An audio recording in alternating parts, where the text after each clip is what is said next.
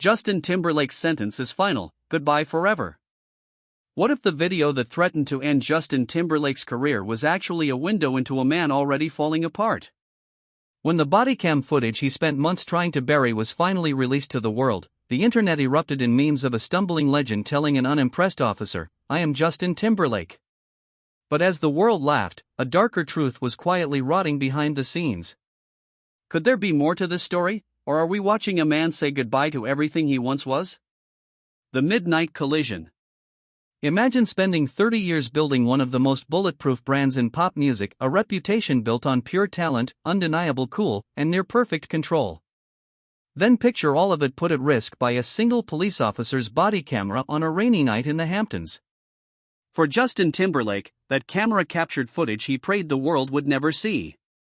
His attorney filed a lawsuit against the village of Sag Harbor, seeking to permanently block the release of roughly 8 hours of police bodycam footage from his DWI arrest. The legal argument was that the footage captured Justin in an acutely vulnerable state, warning that its release would cause irreparable harm to his privacy and subject him to public ridicule. His team pushed hard, and they even won a temporary restraining order that briefly paused everything. But even for a star of his stature, there are limits. The courts ruled that once someone is arrested on a public road, those records belong to the public. Transparency is a cornerstone of American law, and it applies equally to everyone. A partially redacted version of the footage eventually reached the media, and within hours, it became one of the most watched clips of the year. The suspense before the release had been electric. Everyone wanted to know, what was in those 8 hours that Justin was so desperate to hide? Ironically, by fighting so hard to keep the footage buried, his team had made the world 1,000 times more curious.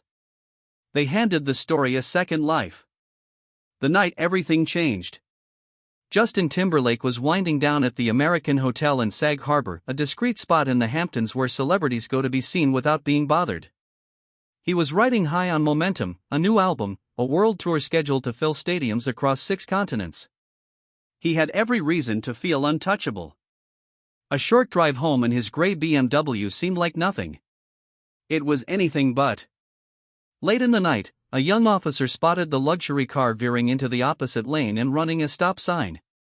When he pulled the driver over, he didn't recognize the face behind the wheel. To him, it was just another driver with bloodshot, glassy eyes and the smell of alcohol on his breath. The conversation that followed has since become a permanent piece of pop culture. When asked why he was out so late, Justin explained he was on a world tour. "A what?" the officer responded. "A world tour," Justin repeated. "Doing what?" the officer pressed. Justin replied, "It's hard to explain." A world tour. "I'm Justin Timberlake." The footage also captured him admitting to consuming what he described as one very large martini, insisting he was simply following his friends home. The officer was unmoved. Justin was asked to step out for field sobriety tests, and the body cam captured what the police report had only described. He stumbled during the walk-and-turn test, struggled to balance on one leg, and told the officers, "My heart's racing." At one point, visibly frustrated, he said plainly, "These are, like, hard tests." He refused the breathalyzer 3 times. He was handcuffed, placed in the back of the patrol car, and transported to the station. By sunrise, his mugshot was everywhere. Back at the station, the footage showed him handcuffed to a table, telling the officers, "You boys treat me like I'm a criminal." The cracks in the armor. Justin eventually stood before a judge and took his medicine. His attorney negotiated the original DWI misdemeanor down to a non-criminal traffic violation, driving while ability impaired. He was fined $500, had his license suspended for 90 days, and was ordered to complete 25 hours of community service. Outside the courthouse, he told reporters, "Even if you had 1 drink, don't get behind the wheel. Call a friend. Take an Uber. This is a mistake that I made, but I'm hoping whoever is watching can learn from it." It seemed like it might be enough. The headlines moved on. His fans refocused on his music. But the case wasn't finished, it was only going underground. The Forget Tomorrow World Tour became something far more complicated than a victory lap.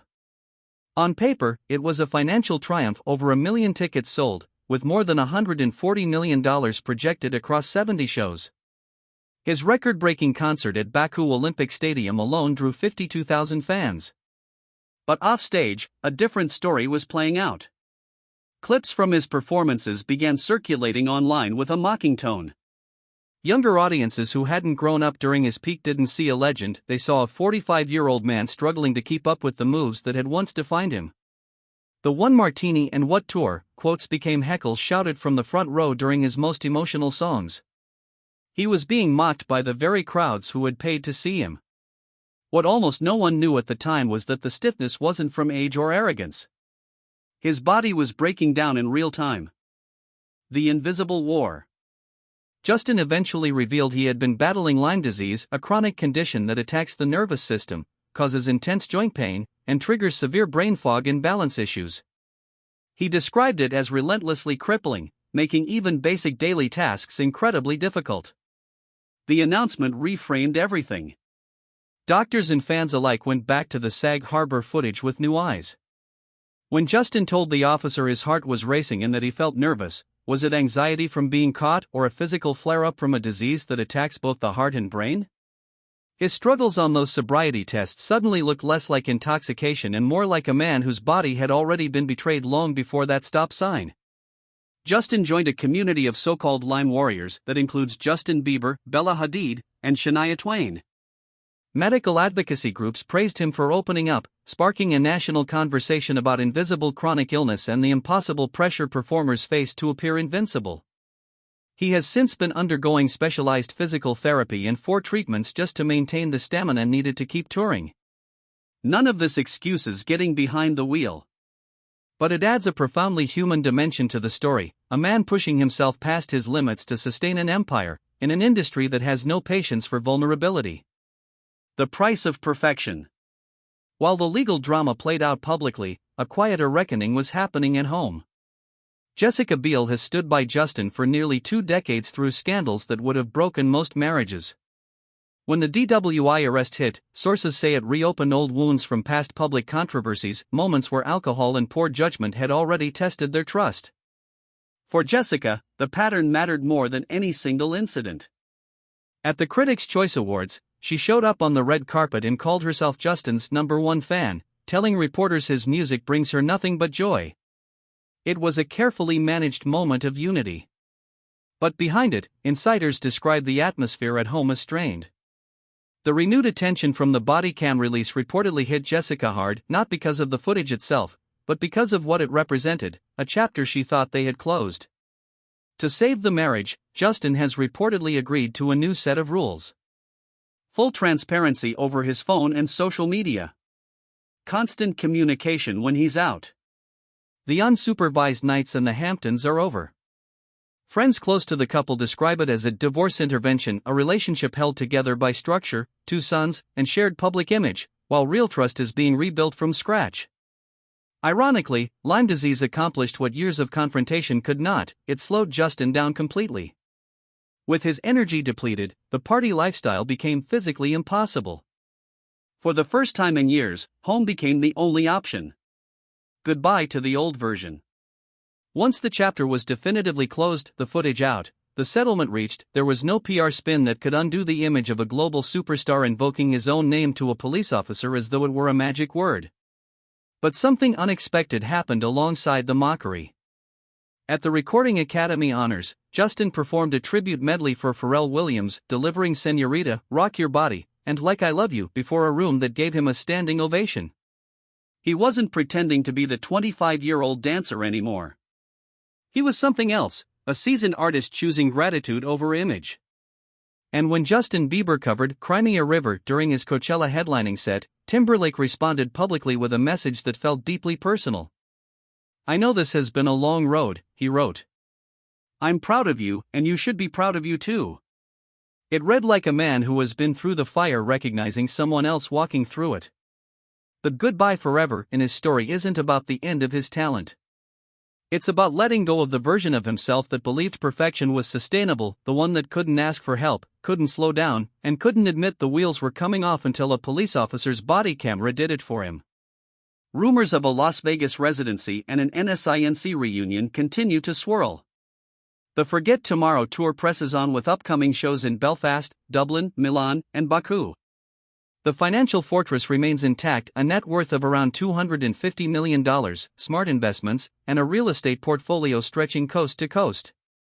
But the cultural war? That one was lost the moment the footage went live. Now the only question that matters is whether the man who emerges from all of this older, quieter, humbled by disease and public shame, can build something worth watching. Based on what we've seen lately, there's a real chance he can. Does Justin Timberlake's Lyme disease diagnosis change how you see the Sag Harbor footage? Let us know in the comments below. And if you found this story as fascinating as we did, click the next video on your screen and don't forget to hit like and subscribe for more deep dives into the stories behind the headlines.